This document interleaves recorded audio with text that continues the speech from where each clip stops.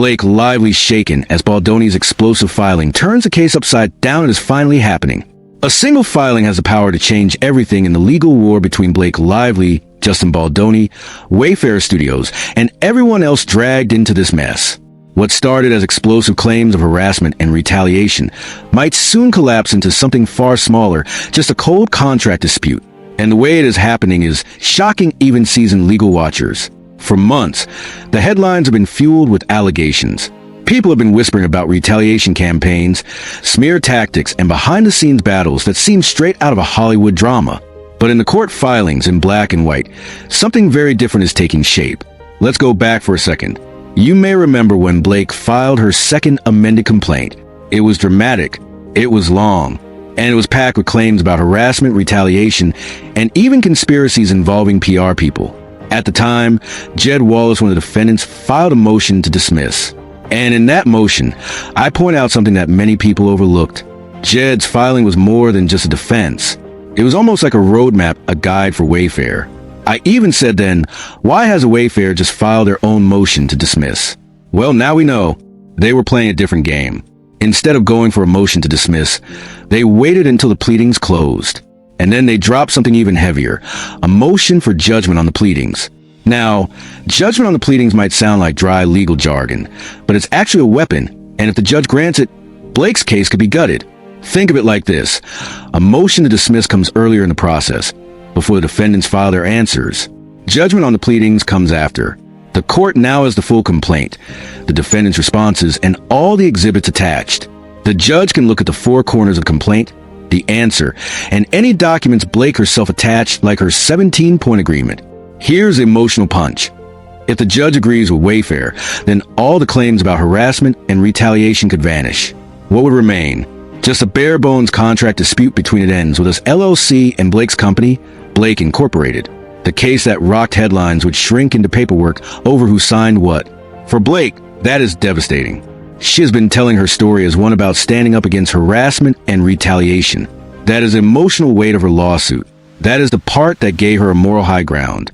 If this gets stripped away, then the case becomes technical, cold, impersonal, and audiences won't see her as a fighter for justice, but as just another star in a messy business contract battle. Wayfair's filing is not about arguing the facts. They are not saying Blake lied about what happened. They are not even debating whether the set was hostile. What they're saying is something much sharper. Even if every single thing Blake says is true, it still doesn't matter legally. That's the dagger. They are telling the judge, even if we assume her version is correct, the law does not allow these claims to go forward. One of the biggest weapons in Wayfair's arsenal is geography. Blake brought claims under California's Fair Employment and Housing Act known as FEHA. But here's the problem. She is a New York resident. The film was shot in New York and New Jersey. Her own complaint admits that Justin Baldoni and Jamie Heath were in New York during the alleged harassment. And California law? It doesn't stretch that far. Wayfair is pointing out the obvious. California laws don't apply outside California unless the legislature clearly says so. And courts have backed that up again and again. Cases like Sullivan versus Oracle and Ward versus United Airlines make it crystal clear. So Wayfair says to the judge, look, nothing happened in California. None of the decision makers were in California. Even Steve Sarowitz, another defendant, is in Illinois. If everything happened in New York and New Jersey, how can California law possibly apply? It's like trying to use New York traffic laws to fight a speeding ticket in Texas. It just doesn't work. And then comes the second blow. Before you can sue for harassment or retaliation, the law requires you to go through the proper administrative channels. You must file with the Civil Rights Department in California or the EEOC under Title VII. Blake didn't do that correctly. When she filed her CRD complaint, she did not name it ends with us LLC, the actual employer in this situation. Instead, she named Wayfair Studios, Baldoni, Heath Sarowitz, and even PR firms. But the law is very clear. If you don't name your actual employer in the complaint, you cannot later bring claims against them. So Wayfair's filing tells the judge she didn't exhaust her remedies. She didn't follow the steps. That alone means her claims cannot stand. And here's the emotional twist. Blake is now trying to seal that very CRD complaint, the same complaint she herself gave to the New York Times. She is saying it's confidential, yet it's already out there for the public to read. For the court, this is a huge credibility issue. Now, let's talk about retaliation. This is one of the hardest things to prove in court. You need to show three things. 1. You engaged in protected activity, like reporting harassment. 2.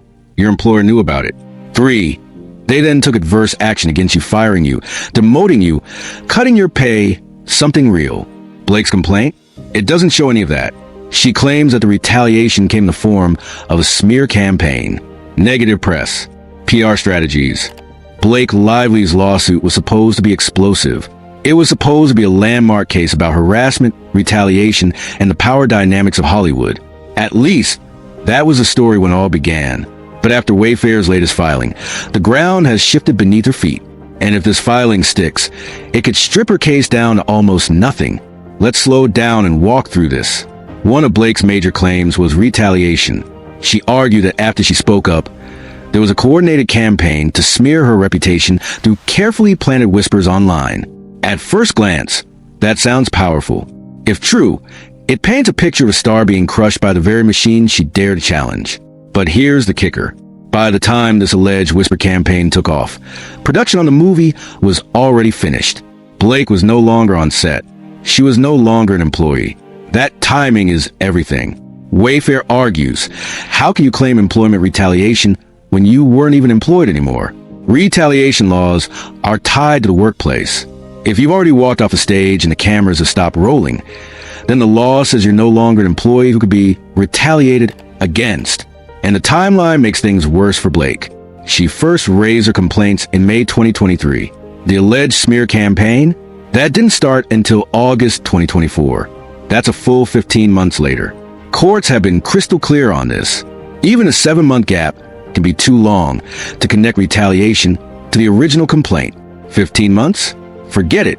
Judges don't buy that kind of stretch. And just like that, one of Blake's biggest claims starts to crumble. But retaliation isn't the only hurdle. She also pointed to defamation, saying her reputation was dragged through the mud. But here, Wayfair leans on a powerful shield called litigation privilege. This is the idea that anything said by lawyers while defending a lawsuit is protected. That means no matter how sharp or damaging those statements might feel, you can't turn around and sue them for defamation. It's a protection built into the system to let lawyers argue fiercely, without fear being sued for every word. And for Blake, that takes the sting out of her defamation claims. So what about civil conspiracy? Another big-sounding claim in her lawsuit, but that one collapses too. Why? Because conspiracy requires an actual underlying wrong. It's like building a house. You need a solid foundation first.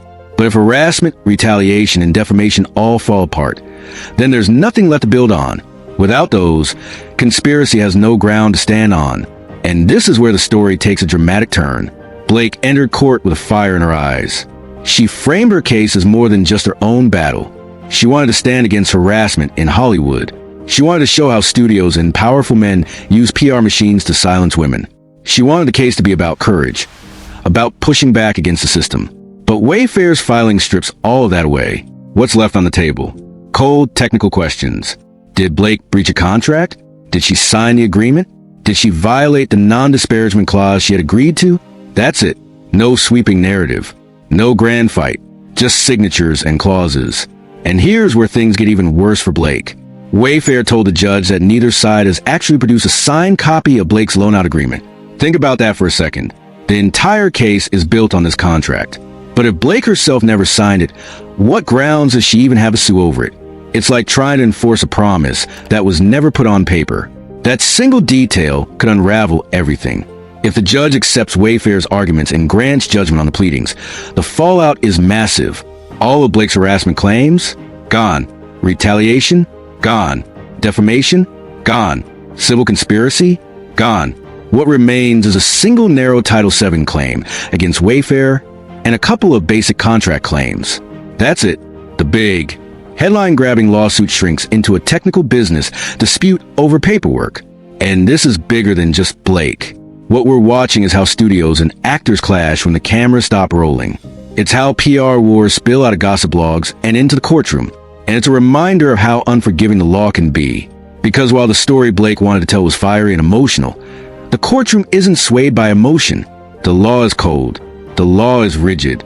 And the law cares about contracts, timelines, and evidence, not narratives. For Blake, the risk is not just losing the case. The deeper risk is losing control of her story.